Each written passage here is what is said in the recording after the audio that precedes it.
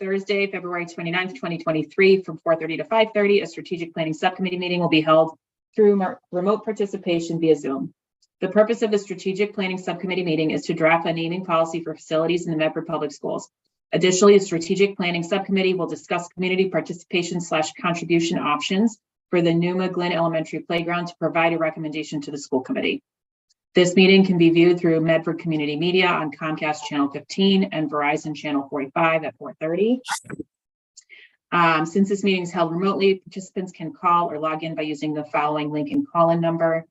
One phone number to call in is 929-205-6099. Enter the meeting ID 940-9894-1899. Additionally, questions or comments can be submitted during the meeting by emailing Jenny Graham at medford.k12.ma.us. And there's no dot in between Jenny and Graham, just for those who might want to do that. Submissions must include the following: your first and last name, your Medford street address, and your question or comment. So we have 2 items on our agenda today, but first I'm going to call the roll. Member Rousseau. Present. Member Hayes. Present. And Member Graham. Present. So 3 present, 0 absent. So we do have two items on our agenda. And the first is to draft a naming policy for facilities within Medford Public Schools. Sort of, I'm thinking of that more as the overarching work, so that we have a policy around how this works in the future. And then the second is to have some discussion around whether the school committee wants the playground effort to pursue some sort of community participation or contribution options, and what that might be. And I'm thinking of that more as a matter of urgency, since we don't have a policy in place, that we need to give some thought to that, so that that can move forward in one way or another. So the first item is to draft a naming policy. I have actually taken a shot at making a draft so that we have a jumping off point. I am not tied to any of it in particular. And I know that none of you have seen it because we can't share these things ahead of time because the open meeting law prohibits that. But I do have it here and I can share my screen. And I'm thinking that maybe reading through the whole thing first would be the right approach. And then we can go back section by section and talk about comments, changes, suggestions, and that kind of thing. Does that work, Member Rousseau, Member Hayes? Okay. I'm going to share my screen.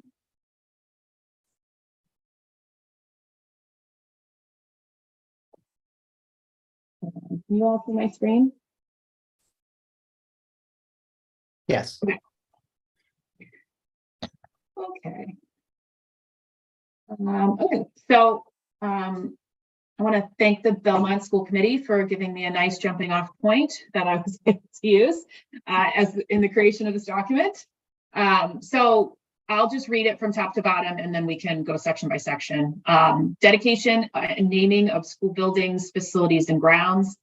The school committee has sole authority over the naming and renaming of renaming of buildings, interior facilities, and grounds of the Medford Public Schools. The school committee recognizes that the names of school facilities must be undertaken with care and scrutiny. This policy is intended to ensure that names and/or other wording associated with school facilities will promote and/or be consistent with the goals of the Medford Public Schools. The naming process should include student, family, community, and staff voices. When naming a school facility, preference is given to those persons, organizations, and events which had a substantial impact on the education of Medford's students, and persons or events that reflect the increasing diversity of Medford's student population. This guidance shall not preclude consideration of names of persons of local, state, or national or international significance.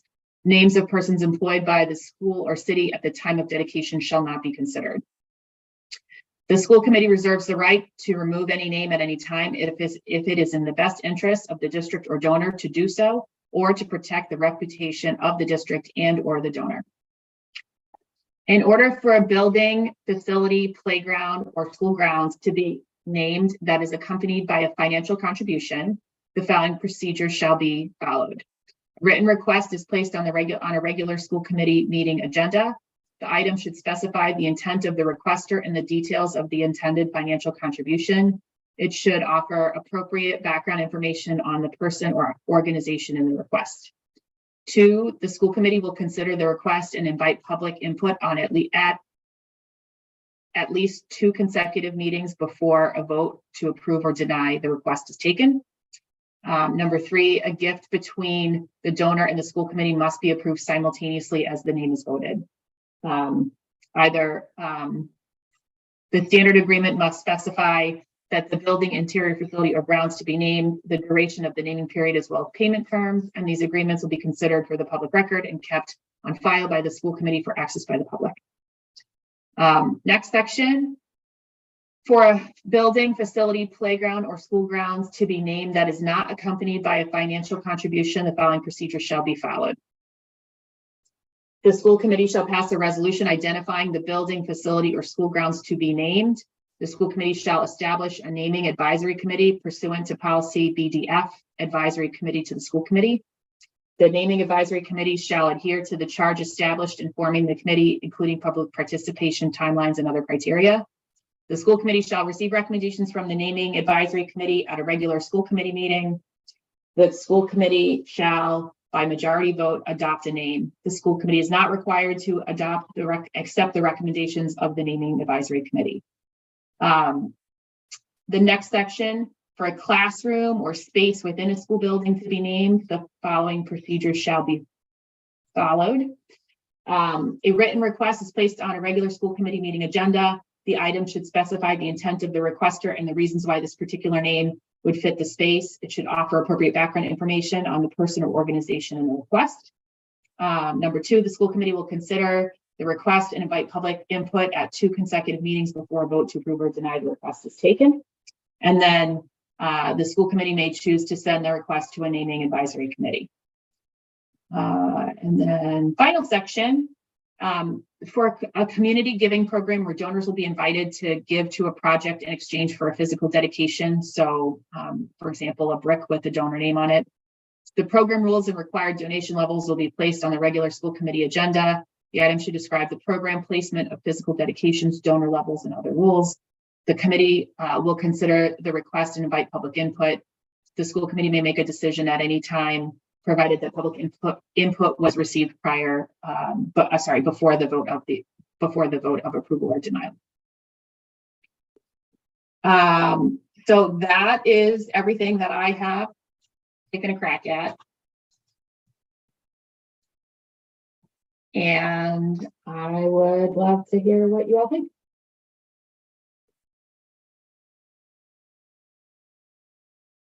Member Rousseau? Thank you. This is good. I also appreciate Belmont and all the other school committees that have drafted policies that we can copy. I greatly appreciate that. The second sentence says that the SC, I would increase that to, I would fill that out to say the school committee. And then there's a couple places where the word playgrounds exists, but it's not in the title and not in several other places. And I would just take it and leave it as, I would just say grounds and skip school grounds or playgrounds, just for the less is more. And even the word school, yeah. That's what I would recommend.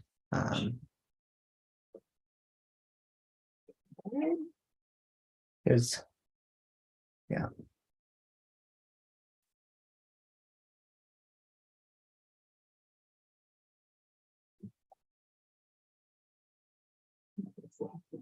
Okay.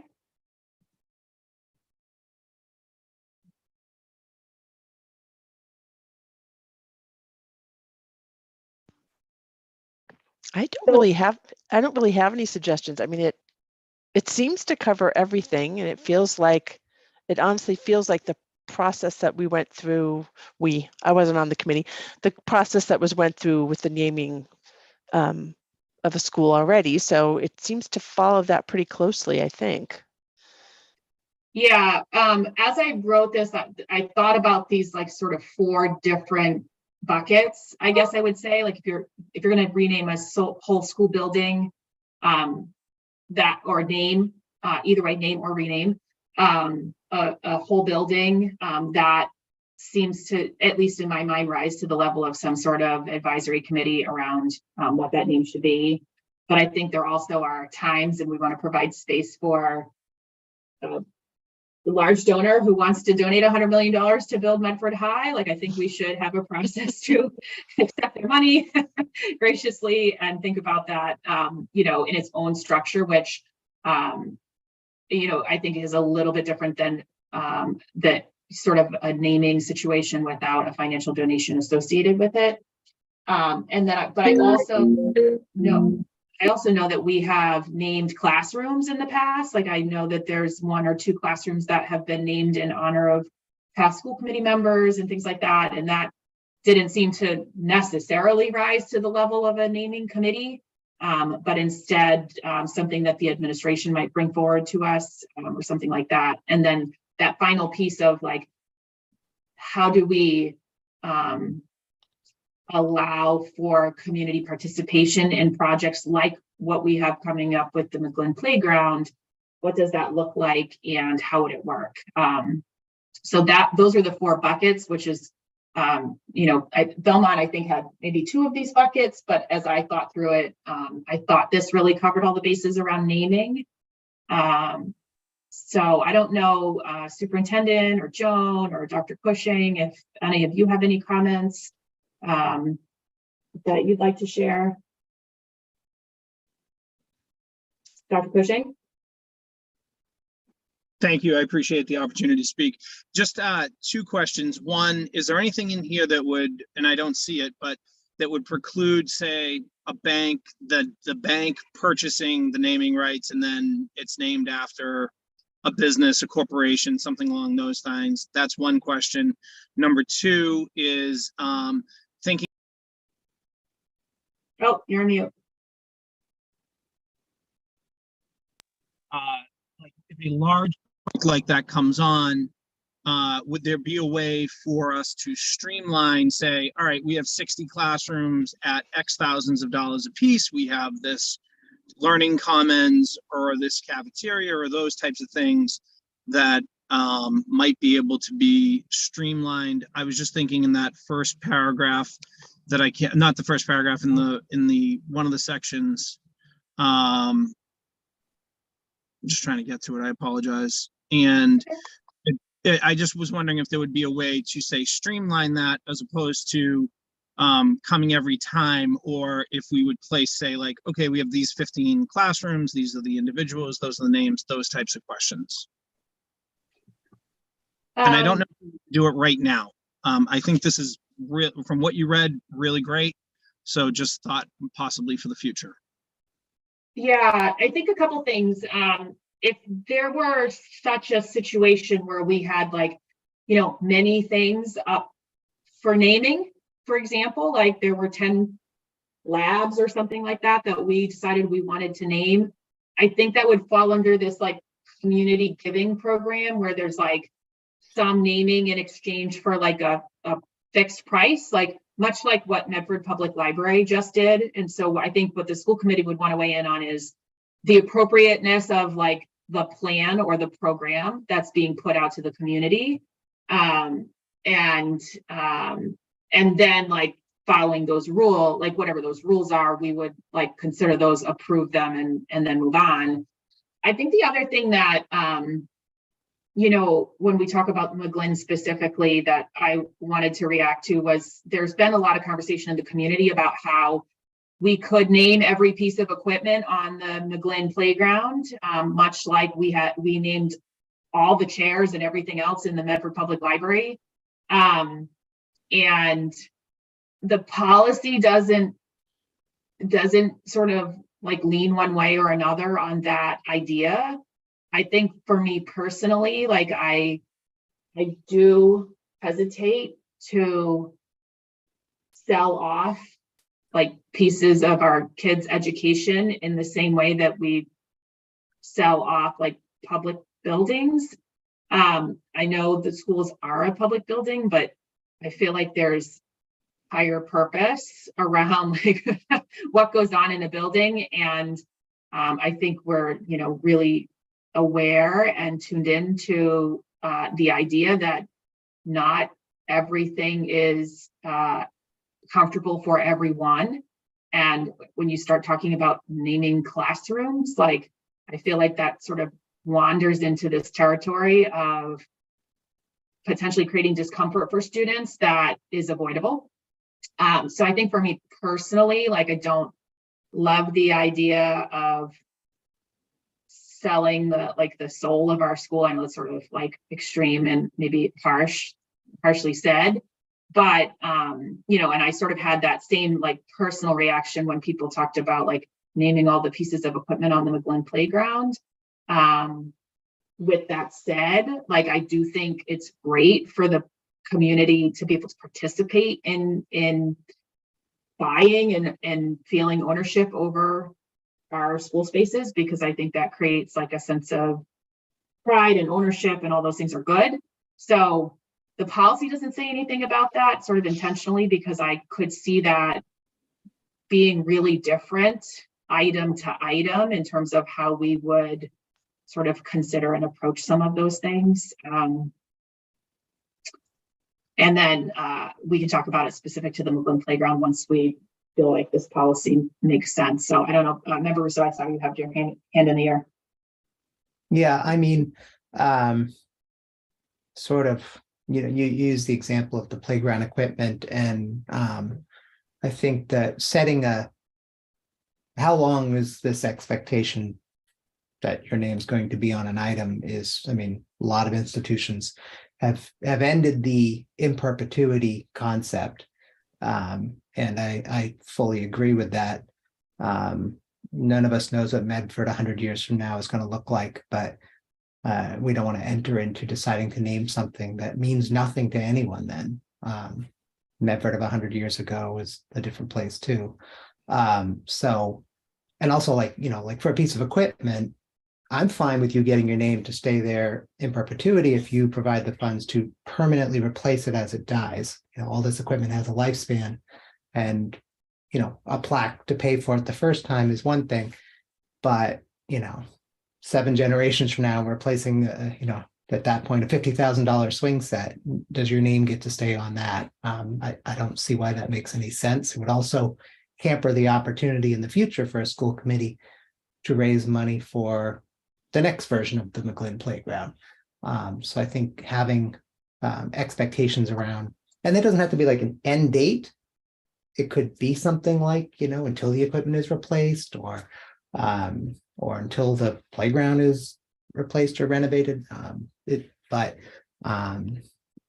Yeah, I'm sort of slightly off topic. Sorry, I got slightly distracted. I know that somebody put something in the chat, but if they'd like to speak, they'll have to raise their hands and give their name and address. Of course, Member Graham will have to call them.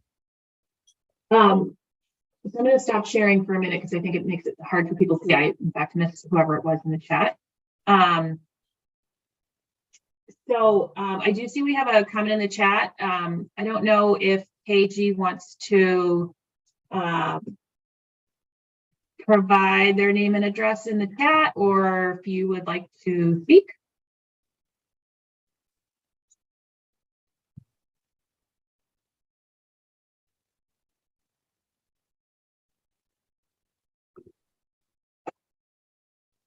Are there any other members of the public that would like to speak?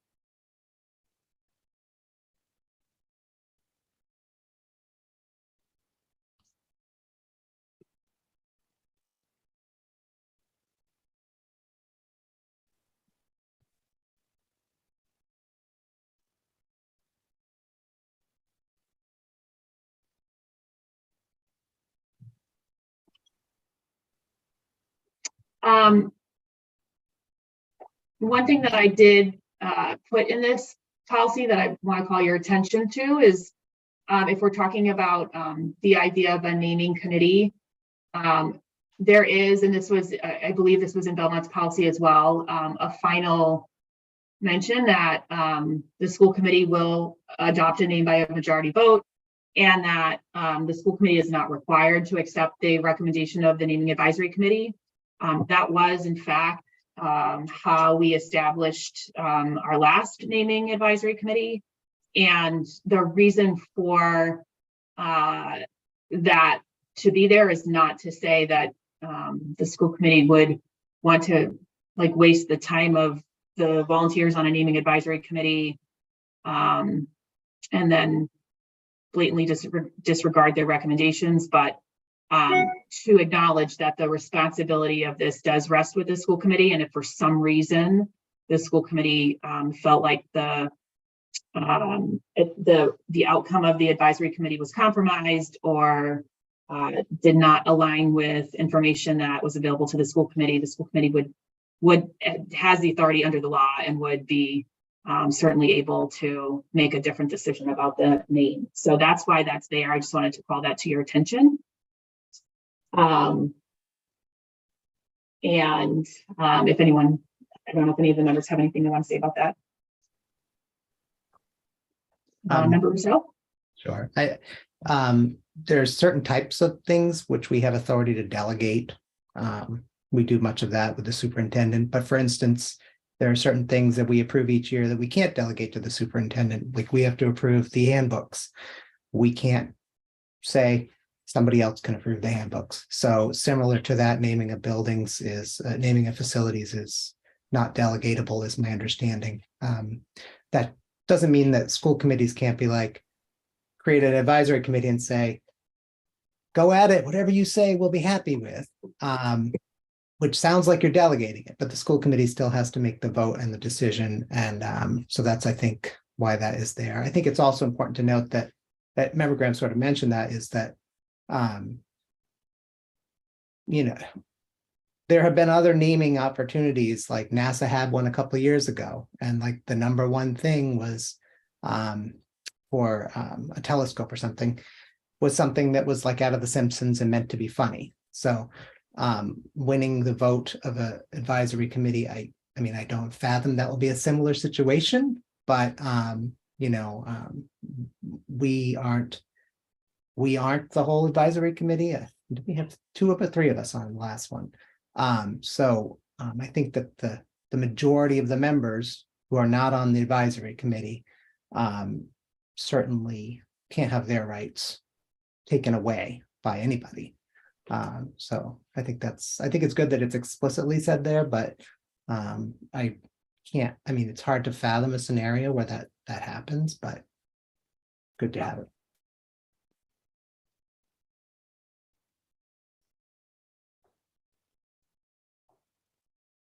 Member Hayes?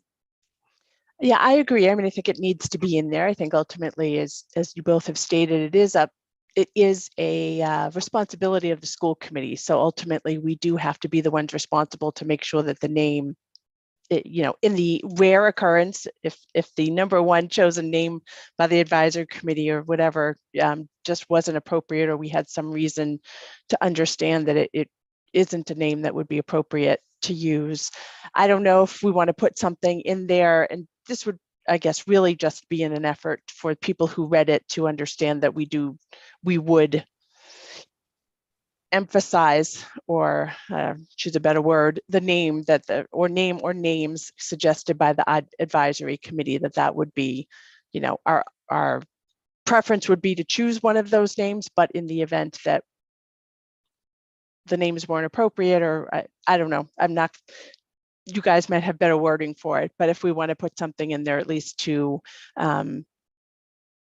let the public know that, yes, if you're on this advisory committee, it's not just that you're there, and we still might just choose an alternate name just because, but that we do take it seriously and we do take the names recommended seriously. Just a thought to put, maybe we could put something in there to that effect. Not that I want it to get too wordy, but. About the school committee is not required to accept the recommendations of the naming advisory committee. it looks forward to supporting recommendations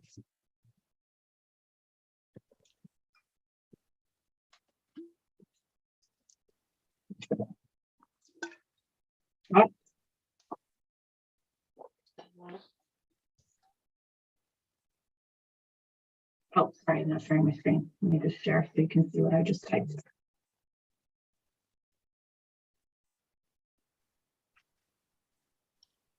Can you see that? So I just made an adaptation to this second sentence. It says, while the school committee is not required to accept the recommendations of the naming advisory committee, it looks forward to supporting those recommendations whenever possible.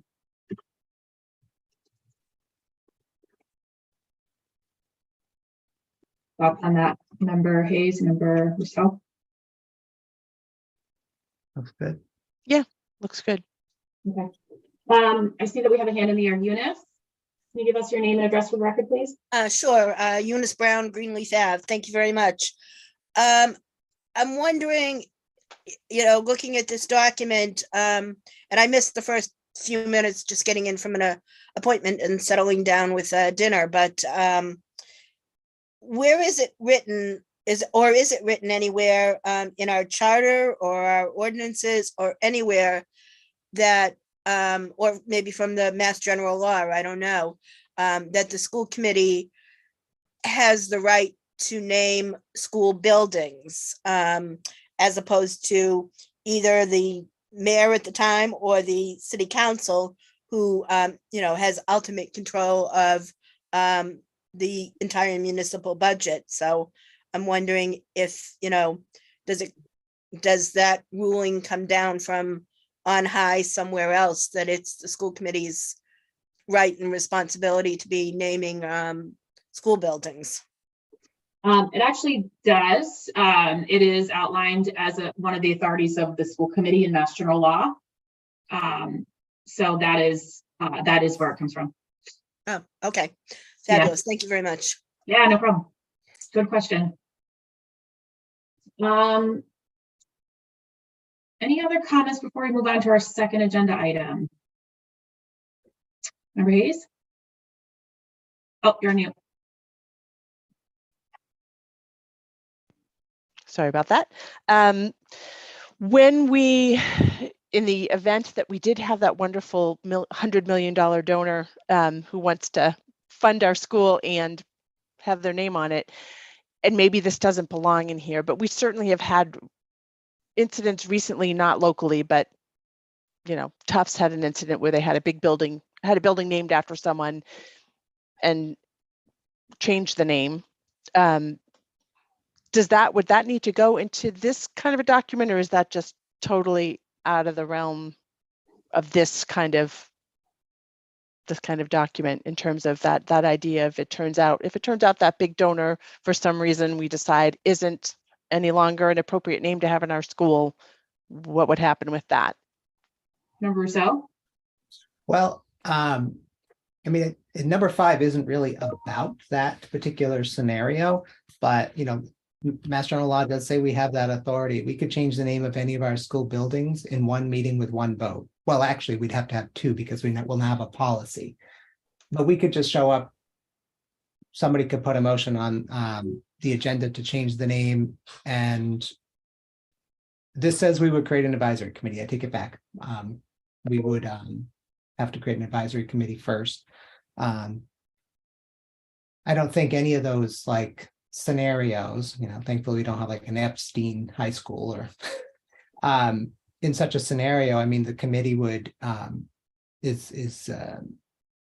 change the policy and then allow us to make the change immediately. Well, I think the policy does say that the school committee at the opening, right, that has sole authority over naming and renaming buildings. So I think in either, this policy applies to both naming and renaming.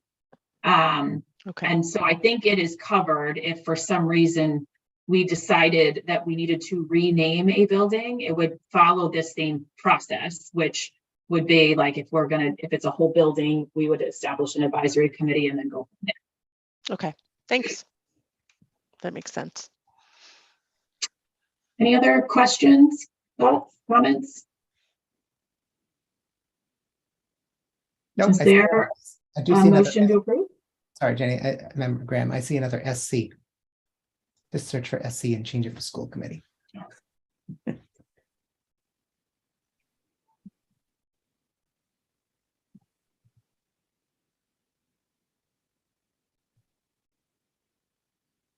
Of course. It hit a space after the SC. All right, we got it. So unless there's a reason to bring it to another meeting, I'd like to make a motion to approve as amended and send it favorably to the full committee at the next meeting. Do I have a second? Second, Okay, on the motion to approve as amended and bring it to the next regular school committee meeting, we'll do a roll call. Member Hayes, yes. Member Rousseau, Member Graham, yes. So 3 in the affirmative, 0 in the negative, motion passes. Superintendent, because this is a new policy, it will need to go on the next agenda for a policy read, and then it will need to be read again at the following meeting because policies require 2 readings before they are adopted. So it'll appear on the next 2 agendas in some form or another. Okay, February 27th and March 6th. Okay. Item number 2 on the agenda, I'm going to stop sharing.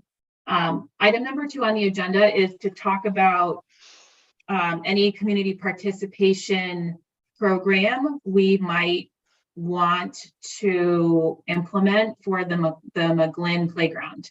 So if you all remember, we saw a design of the McGlynn playground. The design right now, I don't believe had any like particular spaces for like pavers or bricks or anything like that explicitly drawn in. However, I think the feedback that we got over the course of time was that those could be sort of built in or drawn into the plan quite easily if the committee wished to do so. And as I mentioned at the top of the meeting, there's been, a fair bit of discussion about how we could name all of the equipment, et cetera.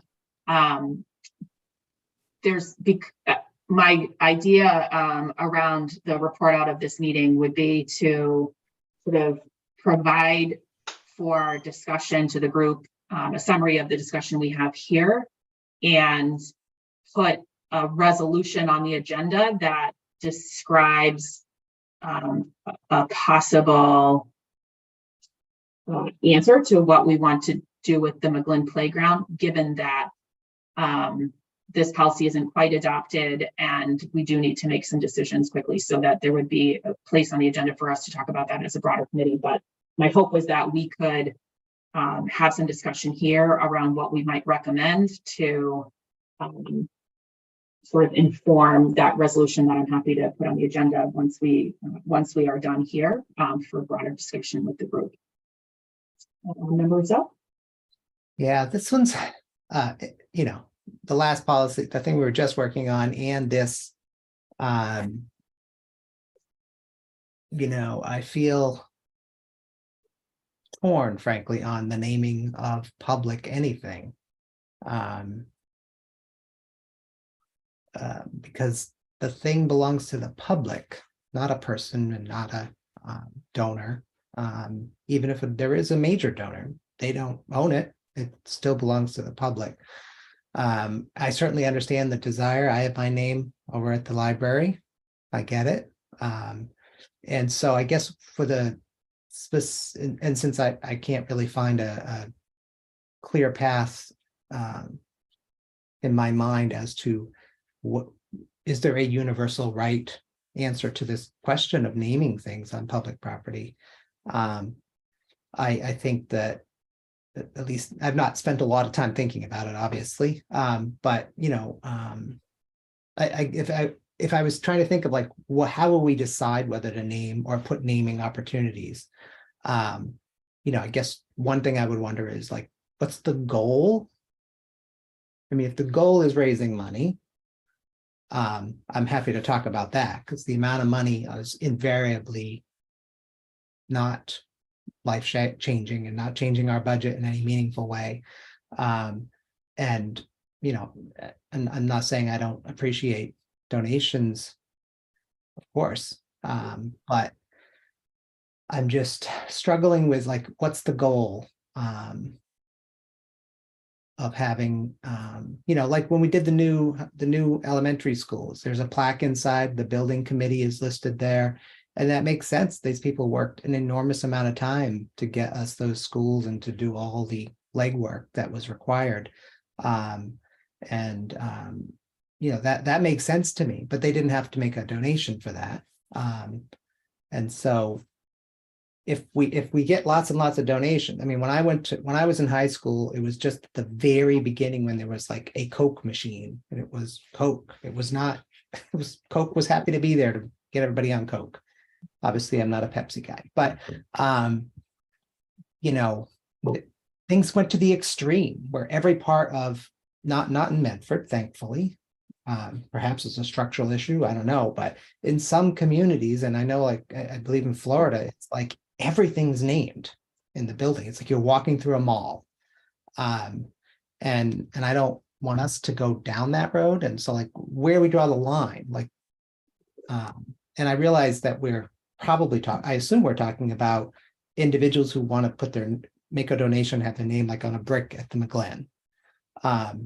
But what if it's a corporation that wants to do the same thing? I mean, we probably don't have the problem of dealing with Amazon and major corporations making donations, but we have seen how a corporation can go from being just a company to all of a sudden people running, screaming as if it's a burning building to not be associated with a company. And then we have the Amazon playground at McGlen. And then we're back in that policy we were just discussing. But, you know, the idea of the ability to take a name away, even if there was a donation, is that, you know, we're thinking like I give a donation or anybody in this room gives a donation. But when big ticket people give donations, and then you take, there's a contract, you know, we won't just be free to have the school committee make a vote and change the name of it because we've got some massive contract where we'd have to pay a huge fine or something. I don't know. I'm going way down the rabbit hole on this, but what's the goal of this naming at the McGlen? Seems really important. If it's to recognize all the people that did the work, that's not a donation situation. I guess that's where I'm stuck. You know, I've personally done some thinking about this because I was on the playground committee, and this has obviously come up a couple of different times. And I think two things that seemed like they might be reasonable. One would be to allow folks to donate a brick for some like reasonable amount of money, with like the goal, back to the goal being community participation in this playground that we want the community to be really proud of and to use and to take care of and all of that. So that's like one, I think, possible thing that doesn't feel oppressive. The other thing that I thought about was that we could invite larger donors to support the program and put some sort of like commemorative plaque like at the outside of the playground, because it will be sort of gated off, right? So, and that plaque could contain like the names of the playground committee that contributed to the work in the build, and it could also thank significant donors, like, you know, at some threshold, like if somebody wants to donate $10,000, like we would agree to put their name on the plaque or something like that, so that there's a place to say thank you for the people who or the organizations who did want to make a significant donation, and maybe there could be like, I don't know, gold sponsors and silver sponsors and bronze sponsors, something like that, but it would be a place that is sort of independent of the play space, that kids are going to be like sort of running and romping around. So appropriate commemoration, but stopping short of like a plaque at every piece of equipment that's been sold off, because that doesn't feel as palatable for me anyway. So that's some of the thinking that I've been doing. I don't know, Member Hayes, if you have any thoughts about that. Yeah, so I think going back to Member Rousseau's question, I guess then the point of it is to raise money. Because if we're looking at different donation levels, getting different recognition than it is to, and I guess part of what occurred to me as we were talking about this, and I can't remember whether this was already in the plans for the playground in another space, but when we start looking at, families being able to donate a brick or, for $50, whatever, there are a lot of people who couldn't afford that. So I'm wondering if we want to, and maybe this is separate from what we're talking about now, I don't know, but make sure we have a space that's maybe just anyone in the community wants to, I don't know, paint a brick, I don't know. Because I do think we get to a point where it's the people who have the money who can afford to do it. And if we want to look at, again, if we're going back to, this is a community playground, it belongs to the school, it belongs to the community, the kids, kind of making sure we're not excluding people through some of these. But I like the idea in terms of the big donors, the thing what you were talking about just a minute ago. I think that idea of maybe having a separate space where we have a plaque that recognizes whatever we determine to be those big level sponsors and those who contributed time and energy into it. I like that, as opposed to having it, like you said. I think if we had every piece of equipment named, or people could buy the swing set, or then it does feel like it gets into a pretty more of a commercialized almost playground. Doesn't feel as much belonging to the community. Actually, I think that's a really great point, and I like the idea of some sort of public art installation, sort of, and maybe instead of like bricks with people's names on them, right? So that there's some way, and I think we would have to talk with the architects about that, but maybe there is some way to create some sort of public art component to the playground, instead of bricks, which break and do what bricks do. So, Member Rousseau? Yes, so I want to kind of look at the most recent thing where we raised a lot of money, the library. I didn't raise any money, let's be clear, I just donated. Well,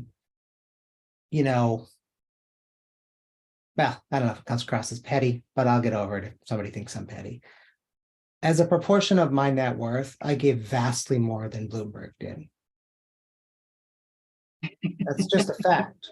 Frankly, almost everybody who made a donation, probably of more than $100, gave more as a portion of their net worth than Bloomberg did. So, and guess what? Because of the way the tax laws are written now, you can't even deduct it, but Bloomberg surely deducted every nickel.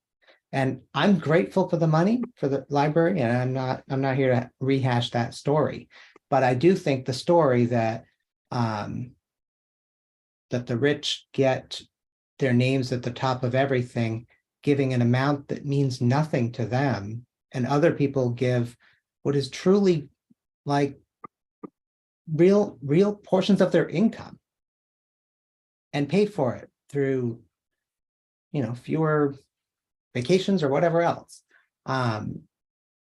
It really deeply bothers me the way we calculate who gave the most. Nobody in this room that I'm aware of doesn't understand that from your own personal experience. So I understand the desire to rake in more dollars, but do people like Bezos need his name on just one more thing? It won't matter. All it's doing is creating a permanent, royalty, essentially. When Jeff Bezos dies, assuming he does what all the people like him do, his name will be on thousands, if not hundreds of thousands of facilities around public things in our country. That's just guaranteed to happen.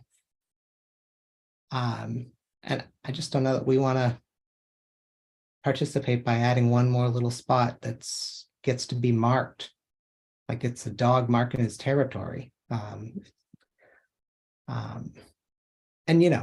do I think that would be different if somebody came in and said, I'd like to pay for a new high school? Well, yeah, that is different. Because first of all, even the richest people in the world, that would be something they would notice. And we would obviously have a rather unique conversation about that. Boy, I wish somebody was watching who could do that. But, I also think that, for those of us that live in Medford, and actually we all live in a community somewhere. And for most of us, we are literally not from the land that our town is on. And we walk around town, just out on a walk yesterday. And it dawned on me that I don't know of any streets, and I'm going to regret saying this, but very few streets, I'll say that, have any Italian names. Yet Medford has like a massive history of it. Like it was an Italian town for a very long time. Well, why is that? Because people that were here before get to permanently be the definitions of the place. And I'm not sure if I'm getting my point across, but there's another little side point too, is, the amount of the money of the bricks is certainly, that's a thing, but we're sort of creating here's a list of people that mattered in Medford, right? I mean, when we walk to the library and see all those names, if you don't know anything about Medford or the library, you look down and you'll say, these are people that cared about Medford, mattered about Medford, had money to give in Medford. And there is an enormous amount of privilege in being able to do that. As Member Hayes said, there's also an enormous amount of privilege to even know you could buy a brick. I mean, who bought the bricks at the library? The people who knew people who were on the library committee, who were elected office, the teeny tiny segment of the population even knew they were available. That's almost certainly true. And everybody who essentially was connected and already, in a better spot than a lot of other people, they're the only ones who even had the opportunity. So it just can create this weird paint, just like the street names, it creates this weird picture of a place that makes you think that, well, I mean, I live on Orchard Street, so that's not a name of a person, but for all these names on our streets, other than the ones that became governors, like, who are these people? It doesn't feel welcoming either. And sort of this weird, like, hey, here's the group of people that matter here. I'm sounding really down on gifts. I do want gifts. I just want us to think through what it means to stick a name on something that doesn't belong to us. It doesn't belong to the school committee or any person in this meeting. It belongs to the public. And I just don't think we spend any energy thinking about, we sometimes talk about public goods, public education, the protection, the police and the fire, those are all public goods. And I don't see anybody suggesting we name the fire stations or the police station or City Hall, because it's so clear that that is public good and those are off limits. But then when we move into the schools, somehow it gets a little softer and we start deciding to just not do what they do in the rest of government. Although I know we have the Tip O'Neill building in Boston, so the federal government doesn't agree. Yeah. I'll stop talking. We'll be here all night. Dr. Cushing, it's still possible to ask the architects to think about like an art installation space. Is that right? Yes, the final design is in process, but there are also enough perimeter spaces, and the ultimate vision that the one thing that I've really wanted is to make sure that the walkway behind the building is as sealed off as possible, except for fire lane. So there will be spaces on either side of that now what I would consider only fire access and student access area, where we could definitely have an art installation or anything along those lines. Also, I will say that the various departments and agencies of Medford and the mayor's office have committed to the funding for this program. And so anything additional from a brick or something along those lines would simply say, allow us to say, I don't know, install other benches or install maybe a bicycle rack that fits the vision of what we're looking for. We're working on that anyway for the McGlynn, but just trying to see if there are other ways that we can help to really tie this up with a really beautiful bow. So, it's not a make or break, but I would say the bricks, just stick with that idea for a second. I really appreciated what Member Hayes said. I'd never thought of it that way, and it really helped to open my eyes. I have to say, I really appreciate that. So, I see that as just an opportunity to remember a loved one, and I know Member McLaughlin has mentioned this a number of times, of a family who lost a child, and just as an opportunity to have that remembrance. But to go to your point, yes, we are still in the design phase where we can definitely add things to it. Thank you for that. Dr. Edward-Henson? Yes, I just wanted to weigh in when Member Graham, you started sharing about potentially having a inclusive art experience. And right now, we are working on, I talked about it last week in last week's memo, the mosaic. And this past Wednesday, students went with our coordinator of fine arts, Suzanne Fee, and they're going to do a middle school day, and they're going to do a high school day as well. And so some of those mosaics she shared with me for families that weren't able to come to the high school to work during that time frame, they are going to provide some opportunities for additional pieces of the mosaics to go to the respective schools. So by the time this piece of art is completed, students from all of the schools will have had an opportunity to, at least, maybe not every single student, but students will have had an opportunity to have participated in this beautiful mosaic that's going to be created. And so as you were talking about the different ways to include the community and not thinking about cost per se, exception of the arts materials, I was thinking that that could be another beautiful way to beautify the space and have it be inclusive of the students and members of the community. And, art is beautiful. Maybe it could be something where the art is interchangeable, twice a year or something like that. They could switch it up for the seasons. And so I'm thinking that there could definitely be a lot of creative ways to have that community footprint and have it beautify the space through the arts. So I just wanted to share that as a possible suggestion.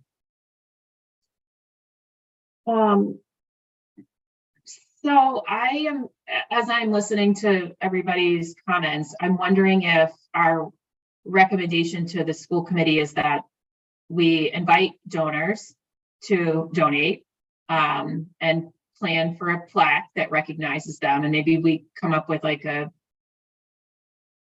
gold, silver, bronze sort of sponsorship level, or maybe we come up with more playground oriented names for those levels. And which I think might be fun, right?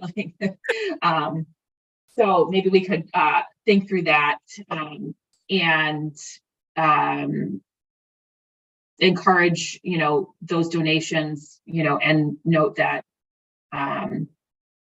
we'll have a commemorative plaque that would, identify them on the plaque, and leave it at that for our recommendation for the playground. I think, to Dr. Cushing's point, like rounding off the playground to make sure that it has bike racks and, all the little things that add up. Or if we are able to, raise some more money, we probably could plant more mature trees than what the trees are that we're going to be able to plant under the basic budget. So some of those things, I think, make it make sense for us to go ahead and try to raise money. I think there's also going to be some disruption during the building of the playground, where we're going to need to provide some equipment for students so that they have adequate play access while this playground is under construction. That costs money. I don't believe that's in the estimate, Dr. Cushing, but I could be wrong. So there are reasons to raise money beyond the sort of estimate that the city has committed to, and it's amazing that the city has committed to this. And I'm always reminded in these moments that sometimes out of really terrible things like COVID come things like ARPA money and new playgrounds. So hopefully that holds, particularly as construction costs rise. But that's sort of where I'm at in terms of the conversation I've just heard is, do we establish some levels and promise plaque that would provide us the sort of space and the leeway to, round out the playground and put out that call from Medford Public Schools, from the superintendent's office to be able to do that. So I don't know what you all think about that proposal, but that could be something that we push forward. I like that idea. I would agree with that. You live with it. Okay. Are there any thoughts about those like threshold levels that we would, I mean, I think if you're going to put everybody on a plaque, it could be very long.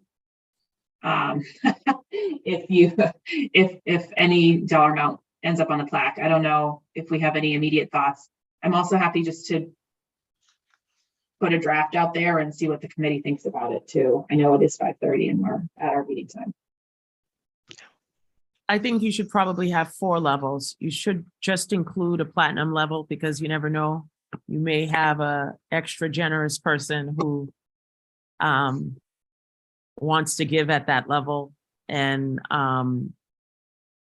if people are willing to do that, to support the schools, to support the community, I think we should recognize them. I don't know what the monetary amounts would be, if it would be like 10,000, 25,000, 50,000, and 100,000 plus or something. I don't know how you'd want to do that, but if people are willing to be generous, they could be spending the money on a trip around the world or something else. If they're willing to give back to the community, I feel strongly that we should be able to acknowledge them. And we may end up with so much that there's extra money to go towards another playground. I mean, wouldn't that be wonderful? And put that in that, if we reach whatever the goal is, whatever the magic number is that people want to get to, if we reach that number, then say, you know what, let's tackle the next playground that's in desperate need of an upgrade or something like that. Okay. Any last thoughts on dollar thresholds?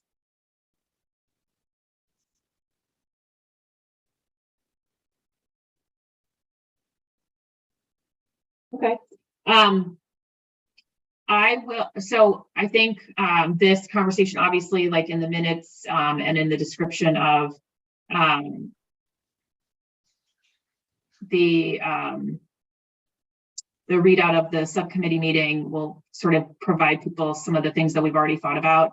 I will put an agenda item on a resolution on that lays out some idea of what that set of thresholds might be. I actually take a look around and see what others have done, and then we can wordsmith it and all of that good stuff with the larger committee.